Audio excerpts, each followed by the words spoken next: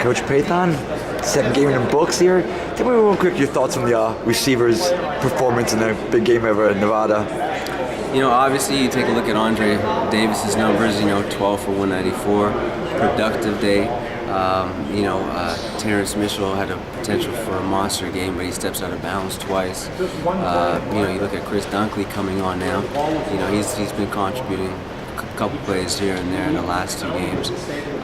So it's exciting to see them come along, but when you actually watch the film from a coach's standpoint and a player's standpoint, and we know this, we got a long ways to go, which is encouraging at the same time because it's a young group. And that what could have been, minus we had a couple pre-snap penalties, we had a couple MAs here and there, and you just wonder, at some point in time, we're going to get this cleaned up. And we get it cleaned up, and they're executing the right techniques, and they're still playing at the level they're playing at, but much more efficient. That's when you get to see, a convincingly winning effort out there. It seems consistently, because what we're fighting for essentially is consistency. Right. It seems like you guys hit a couple of those nice big plays. One to Dunkley, a couple of. Actually, Dunkley almost had two in there. I know. So you're getting some of those bigger plays in there. It seems like some of the intermediate ones aren't coming as easily. Is that one of the things that you're talking about, trying to look for? No. It's not necessarily the intermediate ones. It's just a matter of working out our chemistry and timing. Sometimes the quarterback's getting pressure. He has to move out the pocket, adjust things a little bit. So, overall as an offense, we just need to fight for consistency as far as, executing the plays when we have them out there. Now, Andre Davis, he's not really surprised because he broke out last year, but his maturity as it keeps going and going and going. What have you been seeing for his development? As he comes along in this process and working with them, I think the one thing that really stands out to me is just if he can learn to play at a high level on a down-to-down basis, his potential is whatever he wants it to be. Because he has that big play capability as well as, turning a quick out into a 40-yard gain, making a game-winning touchdown. It's just the in-between stuff that we're fighting for every day in practice. And you know what? Week in and week out, day by day, he's taking the coaching and he understands that, what it needs to be and he's fighting to get there. He'll get there one day. Like you said earlier, Terrence Mitchell almost could have had a monster day, but twice stepped out of bounds. What do you say to him when those type of things? Or when you look at the one deep ball he did catch, technique. He widened out a little bit too much. He got pushed out, got pinned to the sideline, and unfortunately he stepped out of bounds. Great effort. Just let's direct that effort into executing the right technique. Amazing play. He dices up two defenders on the sideline there, makes a break, shifts from first into sixth gear, and he just steps out of bounds by inches. It's just one of those days, I suppose. But I'm not worried about Terrence. Terrence is one of those kids who goes out there. He loves the game. He's passionate about the game. It's just a matter of getting him technique as far as just refining his talents. But we're every day seeing little glimpses here and there, little victories as far as from a coach's standpoint. But I'm excited for him. He's one of those players that can, like Andre, can turn one play and take over a game. Right. Now, Chris Dunkley had his first catch, first touchdown, almost had two. What are you seeing at him as he's starting to get him involved into the offense? The biggest thing with Chris and his development has been his confidence and understanding of the playbook. As a receiver, if you're unsure of what your responsibilities out there, especially in a high tempo offense like us, you can drown out there. Right. You really can. And so I think what you're seeing from Chris Dunkley now is someone who's gaining more confidence in his abilities, gaining more confidence in his understanding of the playbook and conceptualize stuff, and he's able to go out there and start playing with his talents again. And he's getting back to the Chris Dunkley that everyone around this region knows of because of his just a big time recruit coming out of high school, and I believe he's starting to climb that ladder to getting back up there. How tough is it to lose Sterling Griffin for the season now? It's same reason you love this game is the same reason you hate it. You know, football gives you so much, but it also sometimes takes so much away from you. And it hurts a lot. It hurts to see that it's taken away from someone like that because, you know, Sterling's a great kid. I mean, you know, consummate collegiate pro, I guess you could say, as far as his work habits. He just had a great training camp.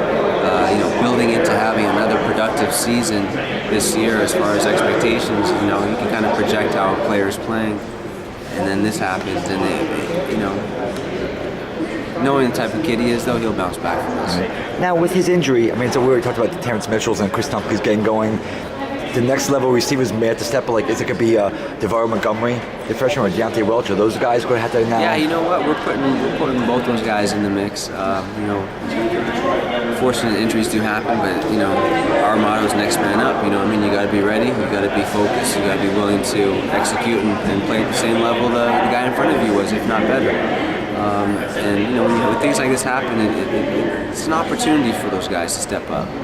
And so, yeah, we're working both DeVario and Deontay back into the rotation now. As far as the reps, it's starting to increase. Right. Now, we've seen DeVario, we've only seen a little bit. He had one catch the other day. Tell me about what he's going to bring to the table as a receiver. Physicality. I mean, you know, in working with him in training camp and just watching him, the way he plays, and the way he moves, the way he sinks his hips, drives out of his brakes, comes back to the ball, attacks the ball, great hands, great extension, and just a beast off the press. I mean, I beg someone to press him because he'll maul him. I mean, he's that physical, and as a freshman, for a freshman to come in from high school to be that physical at this level, this soon, it's scary but encouraging because, I mean, his potential is going to be big time. Now, with his physicality, to go with his size and jumping ability, does that make it a little bit easier for a guy like B.J. Daniels to find him in traffic or on the field? Big receivers always have that way of, you know, of helping the quarterback identify where he's at in the field. I think sometimes, you know, if you have a smaller quarterback like BJ and you have a smaller receiver, it's sometimes difficult to find those windows, you know, to put the ball. And yeah, big receivers do help, you know. And I think, and the thing is, it's not just being a big receiver; it's the way he plays. His range, as far as catching the ball, is you could be a big receiver, but if you constantly catch the ball on your body, it makes you smaller. But with DeVario, his extension of his hands and his ability to catch the ball all around him makes him that much bigger of a target. I mean, you just got to think when you see a couple times of, say, BJ made a pass, may have sailed over a smaller receiver, you may think, wow, DeVario probably would have been able to get that, you know, without his issue as much. So no, absolutely, and it's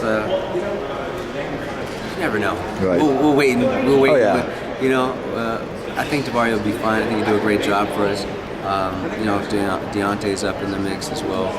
And, you know, it's just a very talented young group of receivers that I think are eager and hungry to contribute. But, you know, there's only one ball. Okay. Real quickly, what do you think about playing to face against the Rutgers defense and secondary? Say it again? What do you plan on the challenges for Rutgers defense and secondary? I mean, they got two senior DBs on one side. They got another potential, well, he was a second team All Big East on the other side. The safeties have done an excellent job for him. The linebacker, number 20, Khalid, something like that.